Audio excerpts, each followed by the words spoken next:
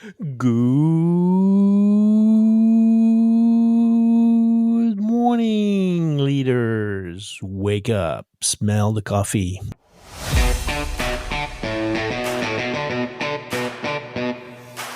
It's 6:30 in the morning somewhere in the world. Welcome to the irreverent, bold, unfiltered podcast and videocast about leadership. You want to move your career to the next level? Look nowhere else. You found the right place. Let's get going, shall we?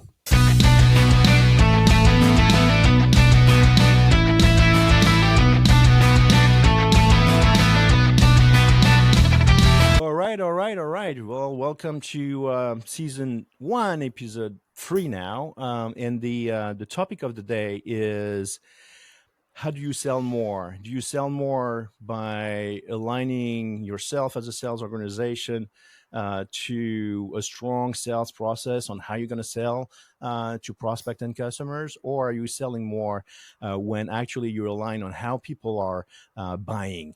And is this mutually exclusive? And what's the pros and cons? And we're going to talk about that in a minute, and then we'll discuss about the format and the different chapters that we have. But before I do that, I'm super excited because it's the first podcast where we have a guest. And I'm super happy to have Roger with us, Roger McConville. Roger and I go back quite a few years, right? I think it's Yes, we about do. 19 or something like that. Yeah, 19 Yeah, years, right?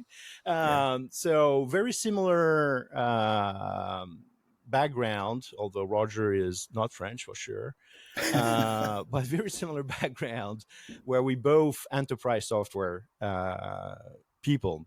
Roger is pure sales. That's why I said, hey, for such a topic, I need somebody who's been in sales for his entire career. Um, we met at BEA, and then we worked again together at BMC. Spent some time at SAP, Elastic. If my memory serves me well, he had a stint at Oracle and Intel in the past. He's going to talk about that as well. But super happy to have a very, very, very, very experienced sales leader with me on the podcast today. Roger, anything that you want to outline the past 30 plus years? We're not going to say how many years we've been working. Yeah, we don't want to go too far. But Yeah. no, we don't want to go too far. It's So, what the else? senior What citizen did I miss? senior citizens of sales. Yeah.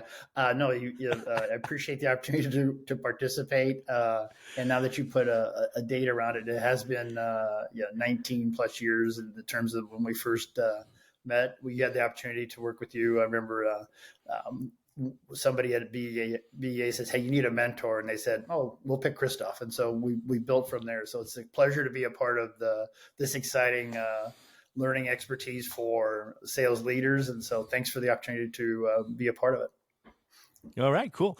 So let's talk about the topic and how we're gonna kind of structure it. So the chapter one is going to be, hey, what is it? What are the difference, right? What's the difference between having a sales process oriented approach to sales, or following the buyer journey? And actually, we're going to make a decision, Roger and I. That's the only thing that we prepared, right? It's unfiltered, it's bold, it's unprepared, but we exchanged on LinkedIn. It was actually, and he said, "Hey, I'm a big one about dot dot dot. If you don't know what he said, we'll wait a bit." But I agree with him, so I say, "Hey, I want to make a bold statement saying, hey, we believe that this is better than that." Right? That's going to be the end of chapter one. Chapter two is, well, based on that, how do you align not only yourself but the rest of the company, the rest of the organizations? How do you align everybody, because it has an impact on basically how you go to market. Period. Right. And then chapter three, we're going to talk about the business benefit, because at the end of the day, is it just a nice exercise that you feel good about, or is there a real business benefit in picking one versus the other? And what is it that it has an implication, especially from a sales leadership standpoint? All right. So without further delay, and we're going to talk about that for about 30 to 40 minutes. I don't know how long it's going to take us. I'm watching the clock to make sure that we're, staying within those guardrails. But chapter one, what is it? and what is best. That's going to be the big thing. So first, let's think about definition, right? So, and try to define what we're talking about. So I ask Roger in a minute if he's in agreement or not with me. We don't know. Again, we haven't prepped to that level of detail. But to me, when you orient yourself around how you're going to sell, it's basically how you push the customer for them to buy your product. That's why that's how you are a seller, sales process oriented sales organization. Versus if you follow the buyer process or the buyer journey, it's how you answer questions and how you meet the needs of customers and prospect as they thinking and then deciding of buying from you. So it's very different in my mind if you organize around yourself around how you're going to sell or how you're going to follow the buyer journey. So I don't know what you think, Roger. You agree, disagree? You want to add to that? Well, I agree. I think the shift in attention to that is you really have to understand how the customer is going to buy now. There's a lot of people that still follow standard methodology saying, here's my product, here's my demo, here's my proposal. And then they go, well, why hasn't anybody bought anything? And it's really stepping back and saying, what's the process that a company is going to go through? Because many times customers themselves don't know the process. It's not every day that a customer wakes up and buys enterprise software or any technology that's of a substantial level. You may buy, inexpensive applications that are, less than $1,000. But if you're going to have to buy products and you're the key person and associated with, there's somebody that's the change agent, going to be the person with the compelling concern. And it's finding that individual in the scenario versus I'm going to follow a script and a process. And then you surprise and the deal doesn't happen. Or you follow a process and everybody goes along and then it gets no decision.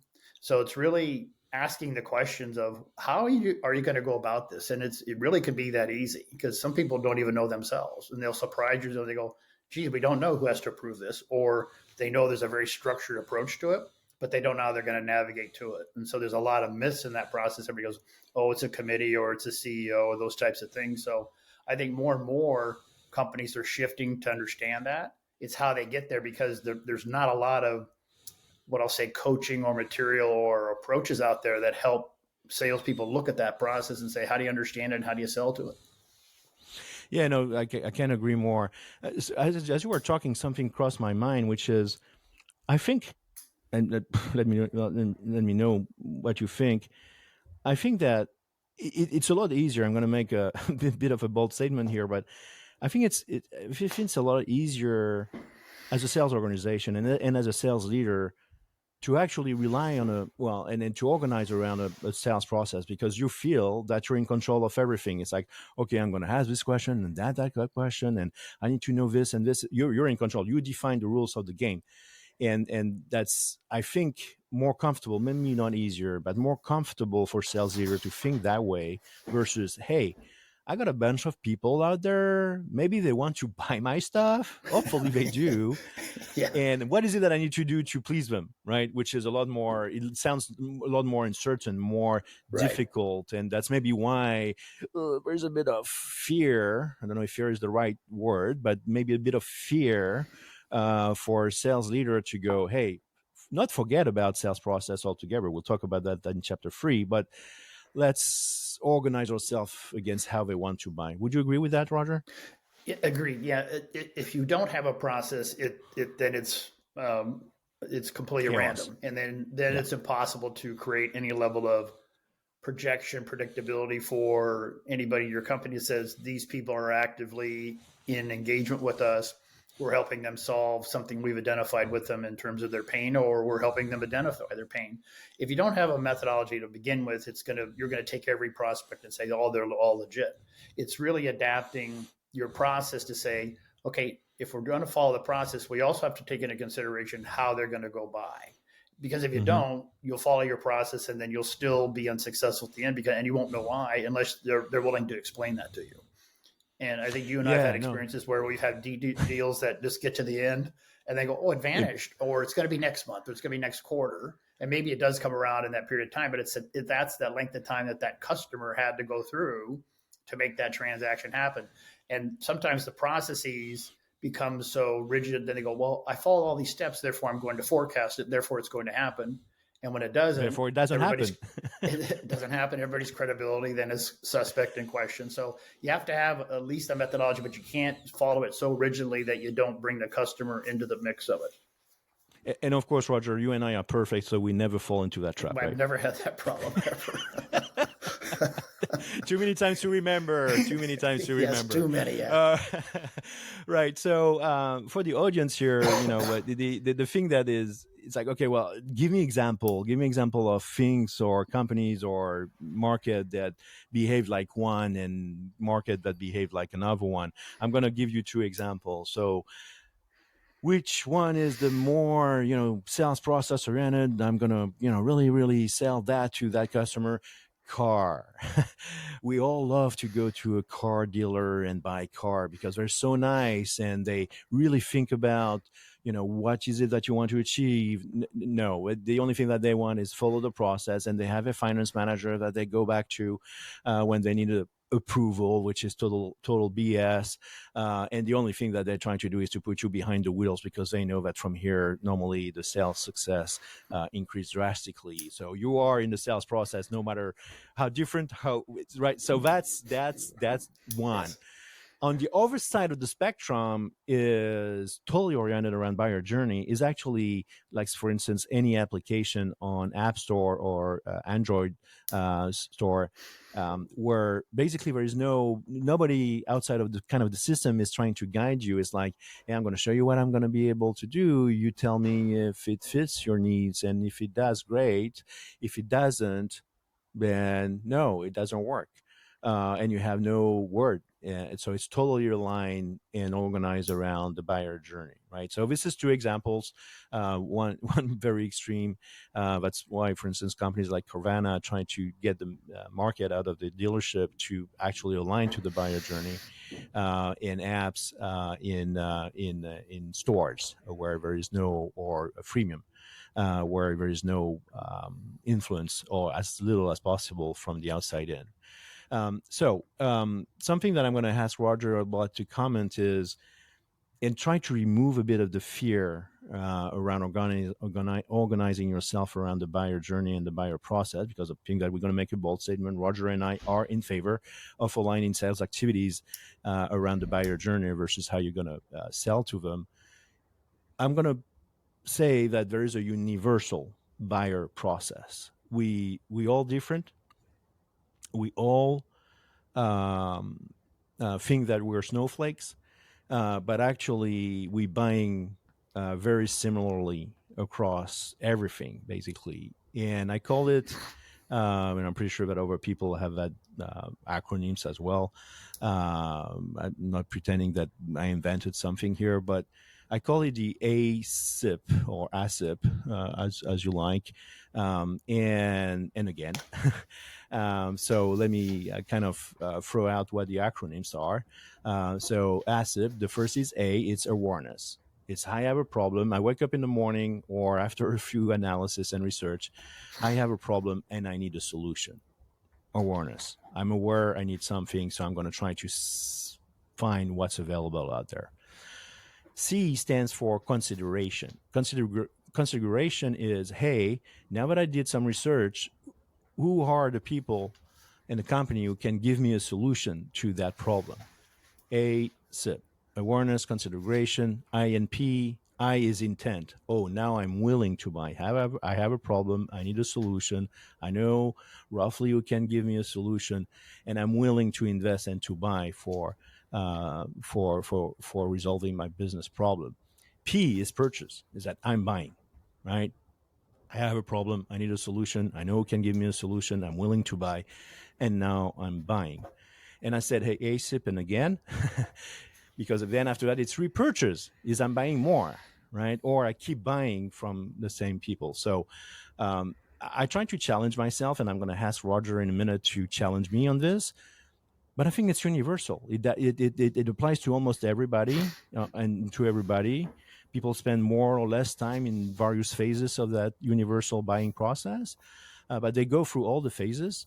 And it doesn't matter if it's to buy, well, a car or an ERP in a multi-billion-dollar company. So, what do you think? Does it resonate with you? And we haven't talked about it before the call, No, so yeah, it's no, brand new. no. I appreciate the acronym, the way you've got it there, and the key you indicate is that awareness. There's the compelling reason. There's a pain point. Either it's been unearthed or somebody has created that pain point for you. So it can be externally generated. It can be generated based on your own concern that you're addressing in your business or your personal life. But then you have to have that pain. If you don't, or somebody has made you aware of that pain from a latent standpoint, and now you're saying, I've got to take it into consideration. I'm going to go create my criteria. I'm going to go forward. Then you're going to create your process, and then you're going to purchase it. So there is some kind of methodology that can be lengthy, can be short, depending on the individual or the organization that's part of. So it makes a lot of sense. It really narrows down a lot of other language around it to say, if I don't have pain or active pain or latent pain in it, there really isn't a transaction to be had. And so Yeah. I think the awareness piece is that's first. Yeah. So let me ask you a question. So awareness, consideration, intent, purchase, and then purchase again. Which one do you think? And I'm thinking at the same time because I don't know if I have a clear answer myself, but which one do you think is more difficult or complicated or complex, all the three of them, for companies to align to do something about? Personally, I think it's in the top, in the awareness and consideration. I'm kind of hesitating between those two and which one is more complex.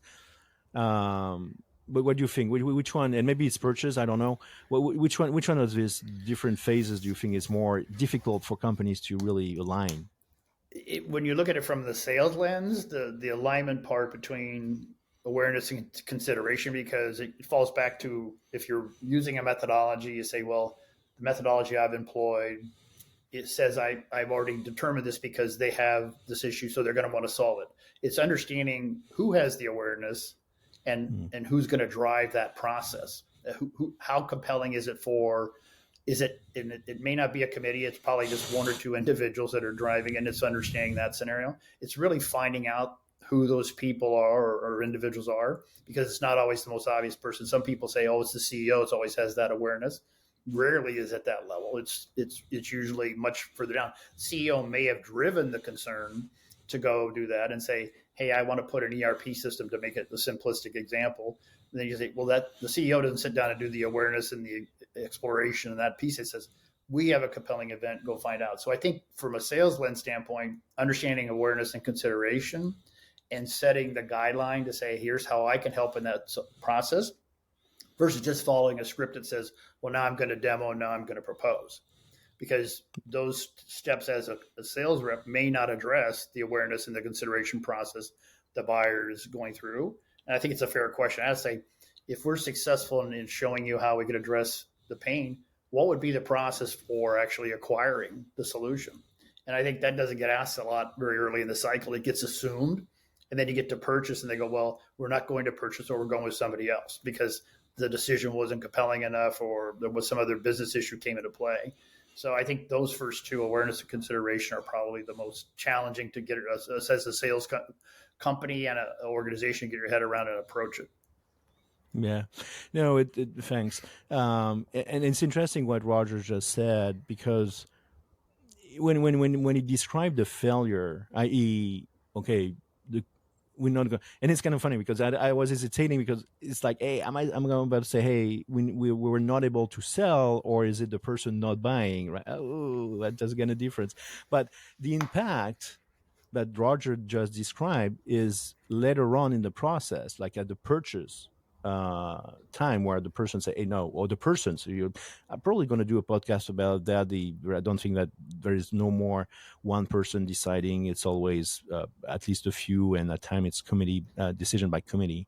But it's not the topic of today. But it's so later the failure happened because you have not considered thing at the awareness and consideration phase. So you're missing something, or you didn't ask the right questions, or you didn't pay attention. You didn't pay attention about where It's missing. your Yeah. buyer was in the journey. Maybe he was in a journey where he knew, or she knew, or they knew that the only thing that they were doing is awareness and consideration, and we'll stop there. It's like, hey, I have a problem. It's not painful enough, but I'd like to understand what are the solution. And then I'm not going into purchase intent and purchasing because it's too expensive. The pain is not big enough for how much I'm going to spend. And we as salespeople, I mean, we all made that mistake and multiple times. Is that, oh, there's somebody with they want to solve something, so let's try to sell them something. And as soon as you do that, game is over. You're wasting your time. Would you agree with Yes. that big statement, Roger? Completely. Yeah. And that's what a lot of pipelines are for salespeople, is that there's initial awareness. They've come to you and they said, I've had this issue. Then it's the qualification of that is stops at that point of awareness. Let's show them what our solution is, and then it'll follow just the natural steps. And that's when it starts getting much more complicated, much more insightful, where you have to ask the questions that are in an interrogation, but yet you can listen for what the answers are. And then you start finding out that there's typically more than one person involved, just to the point you're saying, or the pain is starting to wane in terms of its compellingness, or it's actually getting worse, and then it's time to move faster. So it's helping that judgment point where that's at, versus just say, here's my proposal, when are we going to move forward? Those are critical elements to listen for. And I think that's where a lot of deals stall, and a lot of pipeline gets pushed out. Well, they're going to buy next quarter. They're going to buy 6 months, and Yeah, or never. You have to go or never. Yeah. They'll be forever in my pipeline. Oh yeah, we had that too. Yeah, no, that's that's good. And then it's and I don't know if you had that experience too, Roger, but and to me it was actually lately where we need 3 times or 4 times the pipeline, right? We all have in enterprise software that kind of Yes. growl goal that you have to have 3x or 4x. It's like, so when are you saying that 2/3 or 3/4 of your pipe is actually unreal and not there? No, it's like it's us as salespeople just thinking that because people would like that they're going to, and no, right? Another thing is, hey, this conversation is not about saying, hey, sales process and sales methodology are bad. They're not bad. No, not at I mean, all. we're not. Medpic is great, and Sandler is great, and all those things are great. But it's how you use them. Are you using that to throw things through people's throat, or are you using that to step down, have a look to your customers and prospects, and understanding how they buy and trying to align those against how they buy? Would you agree with that, Roger? Completely. You have to have a methodology, and to the point you're making is that there's been sales methodologies for many years. They just have evolved and adapted. But at the end of the day, if you have to have a structure for understanding your market, designing where your solution might potentially go, but you can't get overwrought, and your process becomes how you force the process on your customer. Then that you can assure yourself that deal will stall or delay, or you'll lose. People don't like that. You don't like that. I don't like that. No, So just why like would our used customers and prospect would like? Exactly. Right? Just like you described on the car dealership. We all hate it, but we end up going through it because there's no really good alternative.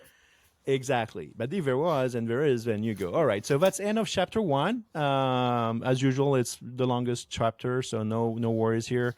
Let's go into chapter 2, which is, hey, okay, fine. We want to align to the buyer journey and how people are buying. Fine. What does that mean? So let me make some statement here and see what you think, Roger. But so go to market is essentially you have a product, marketing, sales. Let's take enterprise software. You have customer success, support, and services. And does it impact only sales, or is it impacting everybody? My point is, if you align yourself to how the people are buying and the buyer journey, it impacts the way you organize and the way all the chain in the go-to-market engine.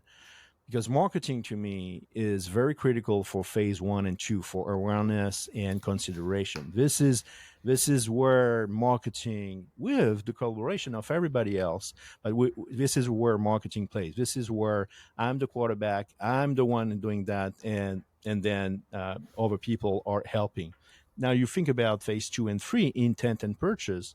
Sales is the owner of that. It's like, hey, I'm the one. Thanks. I have something. I have a customer. Now we have a prospect or a customer that has awareness and is considering us to resolve their business problem. Let me convince them that they need to go with us and actually buying from us.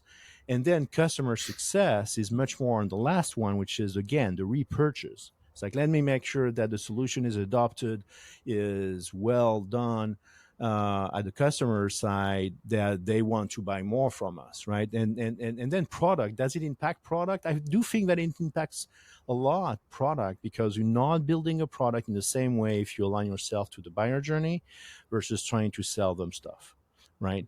Because the in product experience, the way that you need to arrange things are very different if you have that. So bold statement, I think that little decision on, are you aligning to how people buy, or do you want to sell them something, is actually impacting everything. Roger, any comments on that? Completely agree.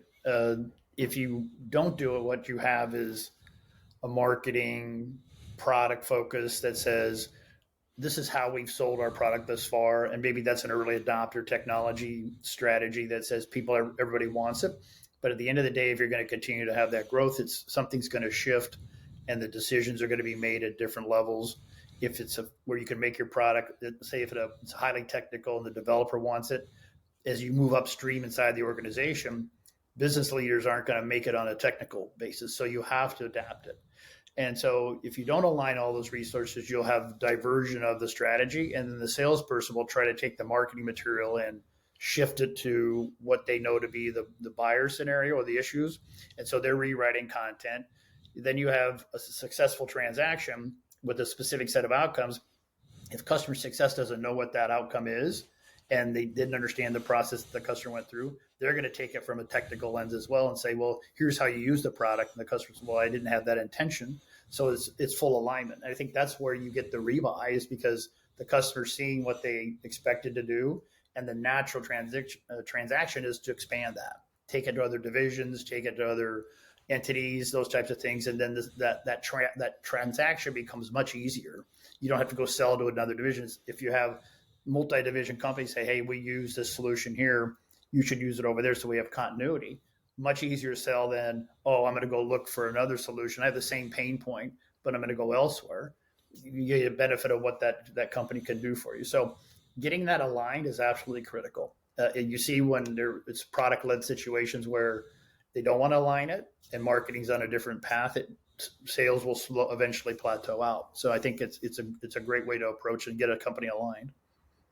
Yeah, and you touched on the land and expand, right? That the kind of the SaaS business model really reinforced that, and really put that on in the open, and making the big change in business models. You and I sold a lot in the on-prem world. Unfortunately, we're that old. And where you basically try to sell as much as possible, versus, hey, what is it that you need today? Because I know that then if I sell you the right amount of stuff, you'll come back and buy more from me, right? In SaaS, we call that the flywheel effect, right? It's like that thing that is amplifying how much you're gonna buy and how much we're gonna sell you. Here is another thought. If you want, and maybe that's a bit provocative, but we'll go there. If you want to understand if an organization is one way or the other, to me, one big indication point is you look at if marketing is under one leader. You go to the website of the company and you look at the leadership, and if marketing is under one leader on one side, and then sales is on another leader on the other side, and then customer success is under a third person, I'm not saying necessarily it's wrong. What I'm saying is that when you see that, you're probably facing a company that is organized around how I'm going to sell my stuff to customers, not a company that is organized around how I'm going to listen to the buyer journey and understand how they buy. Um, and then being very process oriented around those things, like you do this, you do that, you do that, and then at the end we're going to sell more. If you look at a company where those things are kind of all together, that's a good indication that knowingly or not, it can happen also just by accident, that people think about how I'm going to align with the buyer journey, because buyers don't move from one organization to another. What they want Correct. is a continuous experience, and they want to go back and forth. Oh well, I intend, but now I'm not intending. I'm going to go back to awareness, right? It's a non linear process. It can go in loops and go back and forth. So you look at the organization, basically if one is much more buyer oriented versus how I'm going to sell. So does it make sense, Yeah, Roger, it to resonates you? very well. To your point, it may not be obvious sometimes in structure, depending on the size of the company. It may have evolved based on who took over a function, but you can get a sense of it's aligned Yeah, in the sense yeah, of how customers are supported, how customer success is aligned, and it's not necessarily an organization with its own set of metrics and own agenda. It's still, if you don't solve what the customer is looking for, you won't come back to the awareness phase again to buy more. The awareness phase will go cause search for another solution. So that's right. you'll see it, and having people aligned under one scenario is a good indication there's that alignment's there without having to go suss it out. Yeah, exactly. Cool, cool, cool. So this is how you align. We'll talk about in a minute about sales methodology and what does this mean. But there was a short but very meaningful and a lot of meat in that chapter. That's the end of chapter 2. So we've seen what is it. We've seen how you align. Chapter 3, is there any benefit after all? Are we all doing that because it's fun, or is there a business benefit? Because at the end of the day, this is how you're going to sell more at the end, or how we're going to buy more at the end. And in my mind, and Roger, I ask you to comment on that. In my mind, are you going to? If the question is, are we going to get more revenue out of this customer? Is it better that this customer buys more, or is it better that we sell more to that customer? And to me, it's kind of obvious that if you're organized around helping customers buying more, you're probably going to be buying more than how much you can sell to them by yourself. Yeah, do you see what I mean, Roger? Completely Do you agree. agree? Yeah. Yeah. You just look at Is scenarios that cause accounts to grow. Is the customer's buying? There's a misconception that you're selling it, but at the end of the day, the customer is buying it, and that's a misconception too. That people say, well, then we don't need salespeople because they'll just buy. Say, no, you still need somebody to nurture that conversation, understand, and then if you're astute enough with them, and based on the compelling reason they made for the initial transaction, you say, we see in our research that you might have this elsewhere. Then you're helping the customer identify other pain points. They're going to view that as a trusted advisor versus a salesperson. And I think ah doing that, then the benefit that starts the flywheel effect, and you're helping them solve other problems where they view you as an advisor versus, oh, I have to sell more to you.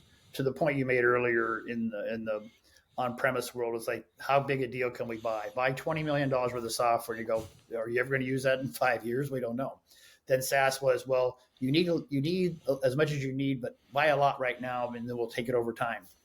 So it's yeah, that motion is there. But if organizations are really looking at, hey, I want to lower my overall cost of acquisition, the return on investment is having the process so the customers can buy more, lowers your overall cost of sales versus you just chasing more and more pipeline or greenfield accounts. Those costs never go down because you're only doing the same process each time, and then it's not generating what you're ultimately looking for is how to help the customer buy your product more effectively and use it, and then they'll come back and buy more. Yeah, I think this is yeah totally, and that's it. This is where I think that he's to do business with becomes very important. Is that the less friction you have in how you're gonna buy and how you're gonna sell to them, the less friction there is, then that means that you're buyer friendly, right? It's and because every obstacle is a chance for a deal to derail, right? So he's to do business with, which has been here forever. I mean, if, I remember a survey 30 years ago where there was a question, right? But why are we asking that question? Is because it's important for people. It's like, and it's important for me as a person. It's probably important for you as a person, Roger. It's like how easy it is to do business with this company, and that's a key driver. And when you think about it, it has nothing to do with the product itself. No, it has to do with my experience.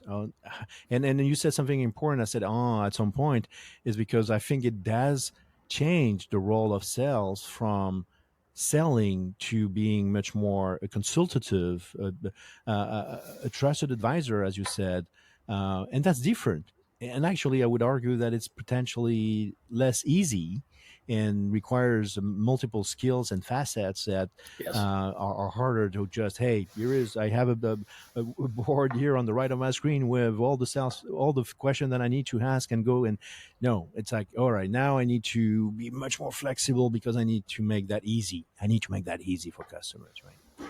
Roger, a question for you. We touched on that multiple times during the show here. Does it remove the need for a sales methodology, sales discipline, sales deal process, deal desk? Okay, we can throw all of that through the window and just wait for them to buy from us. No, we should all be that lucky. Um, it's to the point you made earlier about alignment of those other functions. It's the elements that are put in place as a result of how you do business. You have a deal desk because they want to help structure the right type of deal based on what you're learning from the customer. It's all the alignment of those functions. So you have to have those still, and you have to have a methodology. Otherwise, it's the wild, wild west because you'll never know who's in what methodology in terms of how they're talking to a customer, and everybody's going to have the same pain. So it really comes down to the alignment point. And a point to supplement what you just said a second ago is that if you have alignment in the skill set of that individual, that salesperson becomes that advisor. If the company's aligned, then marketing is coming up with those industry issues that you can bring to a customer and say, our research, the conferences that they're providing and being a part of, product management that's saying these are the things that we've learned in the product that customers want to address. And so we're putting those in there. Then those things are aligned. You bring them to the sales team and say that helps them become advisors because you don't become an advisor just through all your age and your sageness. You have to go study as well. But if that information is provided to you regularly, then you can bring those things very quickly and crisply to a customer, and you don't have to become the expert in every situation. Yeah. Well, you just saved me a conclusion because I think that you concluded the podcast in a far better way than I could have. It's been a joy, Roger, to have you on the show here. I think we discussed something very important. Now we're not the judge. We'll let people give us our comments on the various platform, on LinkedIn, on YouTube, on Spotify, on Apple Podcasts. Great that the technology is enabling us to push to all these this platform. But thank you so much, Roger. It's been a pleasure. I know that we're going to have dinner pretty soon, so it's going to be good to see in 3Ds versus 2Ds here, or just the Yes. voice for people who are just listening to the podcast.